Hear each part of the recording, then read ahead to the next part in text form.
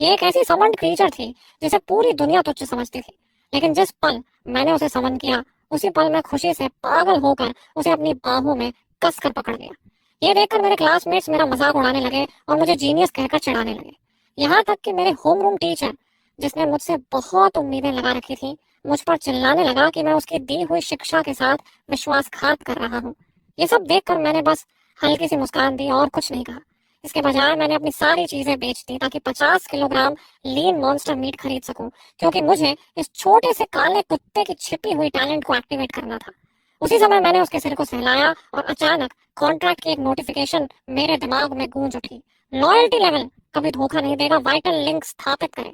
मैंने बिना किसी हिचकिचाहट के लिंक को चुन लिया और उसी क्षण एक भयानक दर्द मेरी आत्मा को चीरने लगा।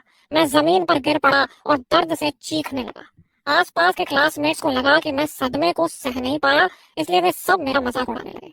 मेरी गर्लफ्रेंड लोरियन, जो पूरे स्कूल की सबसे खूबसूरत लड़की थी, मेरे पास आई और थोड़ी शर्मिंदगी भरे चेहरे के साथ बोली, माफ करना, नेशनल एग्जाम हमारे जैसे साधारण परिवारों के लिए सोशल स्टेटस बदलने का इकलौता मौका है। अभी थोड़ी देर पहले लियो लियांग, जो एक लांसर नाइट है, उसने मेरे साथ टीम बनाने के लिए हाँ कर दी है, इसलिए अब मैं तुम्हारे साथ टीम नहीं बनाऊंगी। मैं उठकर खड़ा हुआ और बिल्कुल लापरवाही से जवाब दिया, कोई समस्या नहीं। मेरे इतने सरल और ठंडे जवाब को सुनकर वह हैरान रह गई। जो सफाई वह देने वाली थी, वह उसके गले में ही अटक गई और उसे ऐसा लगा जैसे मैं उसे गंभीरता से ले ही नहीं रहा। फिर उसने ठंडी सांस ली, मुड़ी और बिना पीछे देखे चली गई। उसके पास खड़ी लड़की ने मुझे घृणा भरी नजर से देखा और बोली, ये बस दिखावा कर रहा है कि इसे फर्क नहीं पड़ता। लॉरियान, तुमने कुछ गलत नहीं किया, तुम क्यों इससे ऐसे माफी मांग रही हो? ये तो सिर्फ हथेली जितना छोटा काला कुत्ता ही समन कर सकता है, ये तुम्हारे लायक कैसे हो सकता है? लेकिन उस समय मैंने उनकी बातों पर बिल्कुल ध्यान नहीं दिया, क्योंकि वाइटल लिंक बनने के बाद मुझे पता चल गया था कि इस छोटे कुत्ते ने एसएसएस रैंक टैलेंट अवेकन कर लिया है, ए पोस्टल ऑफ वोरेसिटी। ये जो भी खाना खाता है उसे ऊर्जा में बदल सकता है और प्यूरिफिकेशन स्टेज तक पहुंचने के लिए सभी सीमाओं को अनदेखा कर सकता है। लगता है मेरा दर्द बेकार नहीं गया।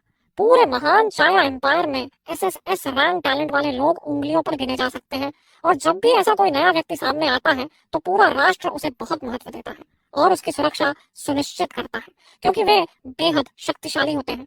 मैंने उस छोटे काले कुत्ते को उठाया और अपने चेहरे के पास लाकर कहा, आज से तुम्हारा नाम एमिन है, अब तुम मेरे लिए अच्छी तरह काम करोगे। एमिन खुशी से अपनी जीभ निकालकर होठ चाटने लगा। मैंने उसे एक स्टेक फेंका और पलक झपकते ही उसने उसे बिना एक टुकड़ा छोड़े निगल लिया। ऑर्डिनरी मीट डिवावर्ड, प्यूरिफिकेशन वैल्यू +0.5। उसी क्षण उसकी हथेली जितनी काया लगभग न दिखने वाली गति से थोड़ी बड़ी हो गई और उसकी सभी बेस स्टैट्स एक एक पॉइंट बढ़ गई। और ये तो सिर्फ एक साधारण स्टेक खाने से हुआ था। अगर बाद में यह और भी ज्यादा खाना खा ले तो इसकी शक्ति कितनी डरावनी हो सकती है। ये सोचकर मेरा दिल तेजी से धड़कने लगा। और जो बात मुझे और भी ज्यादा चौंकाने वाली लगी वह यह थी कि मेरी अपनी ताकत भी थोड़ी बढ़ गई थी। लगता है मेरी स्पेशल एबिलिटी मेरी समन्ड क्रिएचर द्वारा प्राप्त ऊर्जा का एक हिस्सा मुझे भी ट्रांसफर कर सकती है। इसलिए मैंने तुरंत 6000 से ज्यादा खर्च करके 50 किलोग्राम म्यूटेंट लीन मीट खरीद लिया। एक साधारण विचार से मैंने एमिन को फिर से बुला लिया। सामने रखे गहरे लाल म्यूटेंट मीट को देखकर एमिन के अंदर से उसे खाने की तीव्र इच्छा उठी। उसने तुरंत अपना मुंह खोला और मांस को फाड़ फाड़ कर निगलने लगा। और पागलों की तरह हर टुकड़े को निगलते ही उसे ऊर्जा में बदल रहा था। जैसे जैसे वो लगातार खाता गया, एक अनंत ऊर्जा एमिन के पूरे शरीर में भरने लगी और उसकी कद काठी आंखों के सामने तेजी से बढ़ने लगी। उसी समय मैंने भी महसूस किया कि मेरा अपना शरीर हर तरफ से मजबूत हो रहा है। आधे घंटे बाद एमिन की ऊंचाई 2 मीटर से भी ज्यादा हो चुकी थी और मेरी सभी स्टैट्स 10 पॉइंट्स बढ़ चुकी थी। यहाँ तक कि दूसरी क्लासेस के लोगों से तुलना करें तो भी यह असाधारण था। जिस तरह एमिन मजबूत हो रहा था वह लगभग चीटिंग जैसा था और इससे मैं जल्दी ही दूसरों से पीछे रहने का अंतर मिटा सकता था। यह सोचकर मैंने बिना हिचकिचाए सिस्टम की इवोल्यूशन ऑप्शन पर क्लिक कर दिया। जैसे ही मैंने कंफर्म किया, एमीन के अंदर गहराई में छिपा टेरिफाइंग टैलेंट सोर्स कंपन करने लगा और अचानक एक अजीब काली प्यूरिफाइंग फोर्स फूट पड़ी। उसकी सेल्स तेजी से विभाजित होने लगी, जीन्स फिर से व्यवस्थित हुए और उसकी लाइफ एक नए स्तर पर पहुंच गई। Congratulations, your summoned creature Ming has obtained the skill Rend. Congratulations, your summoned creature Ming has awakened a new talent, Gigantism. इससे उसका आकार बढ़ता है, स्ट्रेंथ और डिफेंस 300% बढ़ जाते हैं, लेकिन स्पीड 50% कम हो जाती है। इस इवोल्यूशन के बाद एमीन की सभी स्टैट्स 50 पॉइंट से ऊपर पहुंच गई, जबकि वह अभी भी लेवल 1 पर था। यहाँ तक कि हाई लेवल समन्ड क्रीचर्स भी उससे मुकाबला नहीं कर सकते थे। समन क्रीचर्स को 4 श्रेणियों में बांटा जाता है, डी, इंटरमीडिएट, हाई और सुपीरियर। उनका मूल्यांकन टैलेंट के आधार पर किया जाता है और ऐसे सबसे ऊंचा स्तर माना जाता है। लेकिन अभी तक ऐसे रैंक टैलेंट वाली क्रिएचर कभी सामने नहीं आई थी। इसके बाद मैं एमीन को घर ले आया और सो गया, क्योंकि मैं देखना चाहता था कि कल नेशनल एग्जाम में किस तरह के लोग सामने आएंगे। अगले दिन नेशनल एग्जाम में भाग लेने वाले छात्रों की भीड़ चौक पर इकट्ठी हो गई। लेन सभी को डंजन में प्रवेश करते समय बरतने वाली सावधानियां समझा रहा था। इस साल नेशनल एग्जाम में कई बड़े बड़े टॉप हाई स्कूल्स के छात्र आए थे, इसलिए प्रतिस्पर्धा अपने चरम पर थी। ल्यूलियंग, जो शुरू में बहुत आत्मविश्वासी था, अब थोड़ा घबराया हुआ लग रहा था। तभी किसी ने कहा, चलन, क्या तुम सच में अंदर जाने वाले हो? बेहतर है अभी हार मान लो, वरना खुद को बेइज्जत करोगे। जैसा कहा जाता है, अगर तुम कभी लड़ोगे ही नहीं तो खुद से यह झूठ बोल सकते हो कि तुम कभी हारे ही नहीं। ये बोलने वाला भाई चाओ था, और उसके साथ वही लॉरवार्ड भी थी, जो मैज रोब पहने अपनी खूबसूरत काया को और भी आकर्षक बना रही थी। साफ था कि वे दोनों एक ही टीम में थे। मैंने उनकी तरफ बिल्कुल ध्यान नहीं दिया। तभी एक घंटे की आवाज गूंजी और 4 विशाल कांस्य दरवाजे एक साथ खुल गए। दरवाजों की दरार से तुरंत एक ठंडी डरावनी ऑरा बाहर निकलने लगी। बिना देर के सभी छात्र उस डंजन की जानकारी ध्यान से देखने लगे जिसमें वे प्रवेश करने वाले थे। यही अंत है। हमारा नंबर 2 हाई स्कूल ओसेम्स फॉरेस्ट वाले डंजन में पड़ा है, जो सबसे ज्यादा फेलियर रेट वाले डंजन्स में से एक माना जाता है। किसी ने कहा, लगभग सभी डंजन्स की डिफिकल्टी लगभग एक जैसी ही होती है, इतना चिल्लाने की जरूरत नहीं है।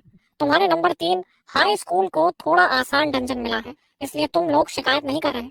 ये देखकर लून ने अपने पीछे खड़े छात्रों को चेतावनी दी। ओसेम्स फॉरेस्ट का टेरेन बहुत जटिल है, पेड़ और झाड़ियां बहुत घनी है, इसलिए बहुत सावधान रहना और मॉन्स्टर्स के अचानक हमले से बचकर रहना। हमेशा सतर्क रहो और आसपास की हर चीज पर ध्यान देते रहो। इसके बाद लोन ने एक ऐसी चीज निकाली जो घड़ी जैसी दिखती थी और बोला, ये एक रिकॉर्डर है जिसे एक मैकेनिक ने बनाया है। ये डंजन के अंदर तुम लोगों के स्कोर्स को ट्रांसमिट करेगा। तभी एक और घंटी बजी, जिसका मतलब था कि नेशनल एग्जाम आधिकारिक रूप से शुरू हो चुका है। तभी लंबे नीले बालों वाली, सफेद आर्मर पहने और बेहद खूबसूरत चेहरे वाली एक लड़की सबसे पहले डंजन में दाखिल हुई। किसी ने कहा, ये सुलेनक्सो है, नंबर 3 हाई स्कूल की हमारी सीनियर। उसने अकेले डंजन में जाने का फैसला किया है। टीम में जितने ज्यादा सदस्य होंगे, पॉइंट्स उतने कम मिलेंगे, इसलिए जिनके पास क्षमता होती है वे सोलो ही जाते हैं। मैदान में बैठे अनगिनत स्टूडेंट्स उत्साहित चेहरों के साथ आपस में बातें कर रहे थे। मैंने बस एक विचार से डंजन से कनेक्ट किया और तुरंत एक सफेद रोशनी ने मुझे घेर लिया। मैंने भी डंजन सोलो करने का फैसला किया था। जब सभी अंदर चले गए तो लेवल 20 का एक मिडिल एज आदमी हाथ उठाता है और एक इशारे से पानी की तरह दिखने वाली एक स्क्रीन बना देता है, जिस पर डंजन के अंदर के दृश्य दिखने लगते हैं। उसी समय अचानक एक सफेद रोशनी चमकी और नंबर 2 हाई स्कूल का एक छात्र डंजन छोड़कर बाहर आ गया। नंबर 2 हाई स्कूल के सभी टीचर्स एक दूसरे को देखते हैं और फिर चुपचाप सिर झुका लेते हैं। इतने सारे सवालिया नजरों को अपनी ओर मुड़ते देखकर लेमिंग का चेहरा उदास हो जाता है और वह बिना कुछ कहे वाटर स्क्रीन को घूरता रहता है, जबकि उस पर दिख रही तस्वीर धीरे धीरे बदलती रहती है।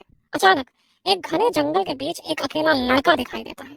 वह चारों ओर देख रहा होता है और लेमिंग के चेहरे पर हैरानी भर जाती है। वह कहता है, क्या हमारे स्कूल की कल वाली क्लास चेंज सेरेमनी में इतना टैलेंटेड स्टूडेंट भी शामिल था?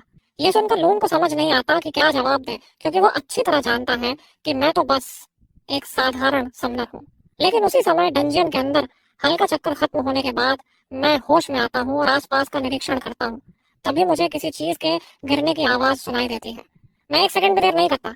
मेरी बाईं हथेली में अचानक 1 मीटर से लंबा डंडा प्रकट हो जाता है। उसी पल एक लंबा गहरा हरा कीड़ा जैसा मॉन्स्टर ऊपर से छलांग लगाता है, जिसका मुंह पूरी तरह खुला है और उसमें डरावने दांतों की कतारें दिखाई दे रही हैं। मैं अपना डंडा कसकर पकड़ता हूँ और उसके सिरे से एक सफेद रोशनी निकलती है जो तुरंत उस मॉन्स्टर के शरीर को भेद देती है। उसका शरीर 2 टुकड़ों में कटकर ऐसे गिर जाता है जैसे किसी कठपुतली की डोर काट दी गई हो। वह जमीन पर गिरकर तड़पता है। आपने टॉक्सिक फैंग वर्म को मार दिया है, आपको 5 एक्सपीरियंस पॉइंट्स मिले। उसी समय मेरी कलाई पर बंधे रिकॉर्डर में नोटिफिकेशन आती है, स्कोर +15। बाहर मौजूद लोग हैरान रह जाते हैं। क्या यह समनर नहीं है? लेकिन इतने तेज रिफ्लेक्स और स्पीड तो सिर्फ हाई एजिलिटी वाले लोगों में ही हो सकती है। लून भी उतना ही हैरान है, क्योंकि प्रैक्टिकल कॉम्बैट क्लास में मेरी परफॉर्मेंस अच्छी थी, लेकिन इतनी ज्यादा नहीं। उस वर्म को मारने के बाद मैं जंगल के अंदर और गहराई में बढ़ता हूँ। तभी एक अजीब और डरावनी आवाज गूंजती है। छोटे छोटे बदसूरत हरे और चिकनी त्वचा वाले जीव दिखाई देते हैं। मैं तुरंत पहचान जाता हूँ, ये गोबलिन है। किताबों के अनुसार ये बेहद क्रूर होते हैं, बहुत तेजी से प्रजनन करते हैं और अगर खाना कम हो जाए तो एक दूसरे को भी खा जाते हैं। मैं अंदाजा लगाता हूँ कि यहाँ लगभग 50 या 60 गॉब्लिन हैं। अगर ये सब एक साथ मुझ पर हमला कर दें तो मेरे बचने की संभावना लगभग नहीं के बराबर है। इसलिए मैं तुरंत अपने दिमाग से एमिन को बुलाता हूँ। उसी पल एक सफेद रोशनी चमकती है और एक लंबी ताकतवर भेड़िए जैसी गर्जना पूरे जंगल में गूंज उठती है। एमिन की ठंडी आंखें गॉब्लिन्स की उस भीड़ को घूरती हैं जो अपने नुकीले दांत दिखाते हुए उसकी ओर दौड़ रही है। वह तोप के गोले की तरह आगे बढ़ता है और पहले गोब्लिन की खोपड़ी टकराते ही फट जाती है। उसका शरीर जोर से पीछे जा गिरता है और बाकी गोब्लिन्स चिल्लाते हुए अपने हथियार उठाकर हमला करते हैं। एक नुकीली हड्डी एमिन की पीठ पर लगती है लेकिन जोरदार आवाज के साथ टूट जाती है। एमिन अपना पंजा घुमाता है और एक गॉब्लिन का सिर चकनाचूर हो जाता है। वह बिल्कुल रक्षा की परवाह किए बिना ऐसे पागलों की तरह लड़ता है जैसे पूरे युद्ध क्षेत्र में अकेला वही हो। सीमित बुद्धि वाले गोब्लिन भी उसके अंदर की डरावनी शक्ति महसूस कर लेते हैं और अचानक डरकर चारों तरफ भागने लगते हैं। मैं ठंडे स्वर में कहता हूँ, अब जब तुम सामने आ ही गए हो तो भागने का मौका नहीं मिलेगा। मैं एमन को पीछा करने का इशारा करता हूँ और खुद सबसे पास वाले गॉब्लिन पर टूट पड़ता हूँ। बाहर बैठे दर्शक इस क्रूर दृश्य को देखकर स्तब्ध रह जाते हैं। हमारे स्कूल में इतना ताकतवर समनर भी है, उसकी समन तो बेहद शक्तिशाली है, लेकिन वो खुद भी इतना मजबूत कैसे हो सकता है? ये तो बिल्कुल चीट जैसा है। नंबर 2, हाई स्कूल के दर्शक मंच में कुछ देर पहले तक सभी स्टूडेंट्स बहुत उत्साहित थे। जब उन्होंने देखा कि मैं गोब्लिन के झुंड में फंस गया हूँ तो सभी को लगा कि मैं तुरंत बाहर हो जाऊंगा, लेकिन मैंने अकेले ही पूरे गोब्लिन ग्रुप का सफाया कर दिया। ये देखकर लिविंग का चेहरा गंभीर हो जाता है और वो सोचता है इतनी जल्दी इतनी ताकत हासिल करने के लिए उसके पास कम से कम कोई सीक्रेट इवॉल्विंग टैलेंट होना चाहिए। उसका पोटेंशियल तो लगभग हाई लेवल समन के बराबर है। क्या नंबर 2 हाई स्कूल में आखिरकार ऐसा जीनियस पैदा हुआ है जो हमें गौरव दिला सके? वह तुरंत पीछे खड़े व्यक्ति से पूछता है। इस समय जेनलिन का स्कोर कितना है? जवाब मिलता है, रिकॉर्डर के हिसाब से उसका वर्तमान स्कोर 560 पॉइंट्स है। वह हमारे स्कूल में पहले स्थान पर है, लेकिन नंबर 3 हाई स्कूल की सुलिनक्सु उससे भी ज्यादा डरावनी है। उसका स्कोर 830 है और वह बहुत बड़े अंतर से कंपटीशन में आगे चल रही है। ये सुनते ही लाइनिंग और बाकी टीचर्स की सांसें रुक जाती हैं, क्योंकि डंजन में गए अभी 20 मिनट भी नहीं हुए हैं और इतने स्कोर के साथ वह पूरे प्रोविंस में भी पहला स्थान हासिल कर सकती है। डंजन के अंदर गॉब्लिन्स के शवों से रोशनी के गोल गोले निकलकर मेरे शरीर में समा रहे थे और मैं जल्दी ही लेवल 2 पर पहुंच गया। मेरी स्पिरिट 5 पॉइंट्स बढ़ गई, लेकिन यही एक साधारण क्लास की कमी है। चाहे मैं लेवल कितना भी बढ़ा लूं, बाकी लोगों से फर्क और बढ़ता ही जाएगा और अंत में एक ऐसा अंतर बन जाएगा जिसे पार करना असंभव होगा।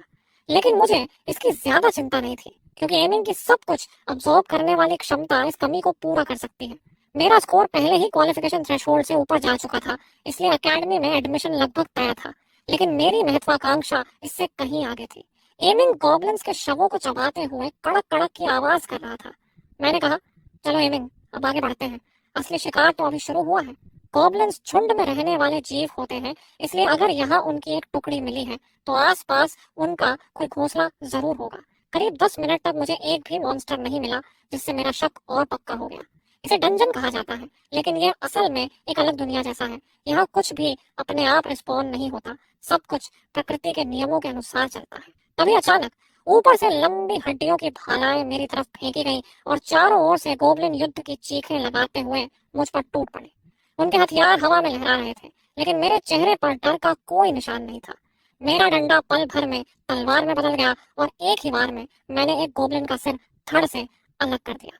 उस समय मैं मानो एक खास कॉम्बैट मोड में था। मेरी पूरी एकाग्रता इन कमजोर गोब्लिन्स को तेजी से खत्म करने पर लगी थी। हर बार जब मैं वार से बचता, मेरी तलवार सर्जिकल प्रिसिजन के साथ उनकी जान ले लेती।